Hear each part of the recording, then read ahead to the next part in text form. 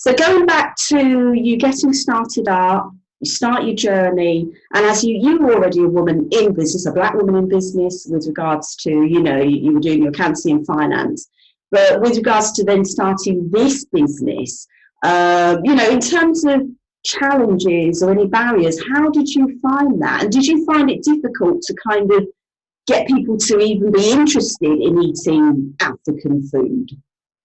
I did. I remember the first few farm markets that I did, where it was the first farm markets I did actually was a food demonstration. So I've got a local farm shop. They contacted me and said, would I be interested in being one of the chefs to demonstrate, because it was their strawberry season.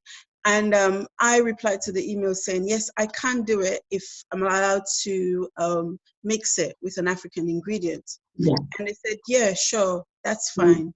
So I did that.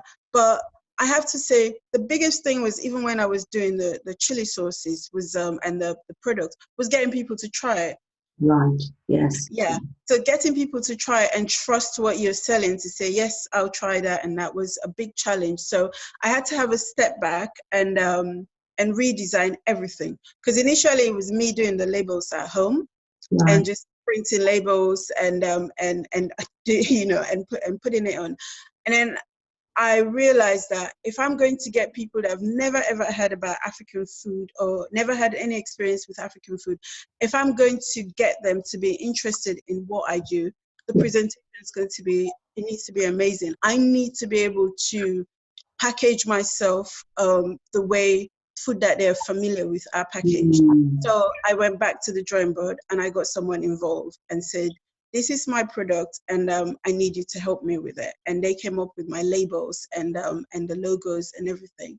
And when that changed, I realized the reception of the product changed as well, because all of a sudden the packaging was attractive enough for them to even want to try it. Yes. Yes.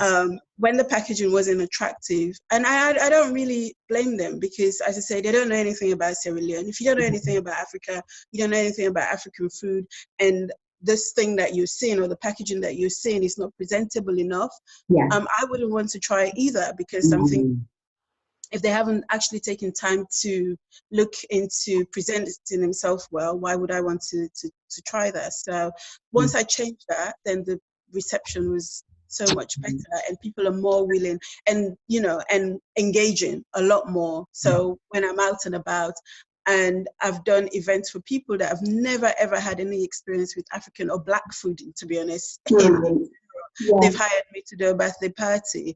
Last week I was in a farmer's market, and this lady came to the stall and said, I'm getting married, white Caucasian lady. So I'm getting married next year. Would you, can I contact you for my wedding, and maybe you could do some food? And I said, yeah, absolutely. So it's just breaking barriers really with food, and being able to share my culture and my heritage.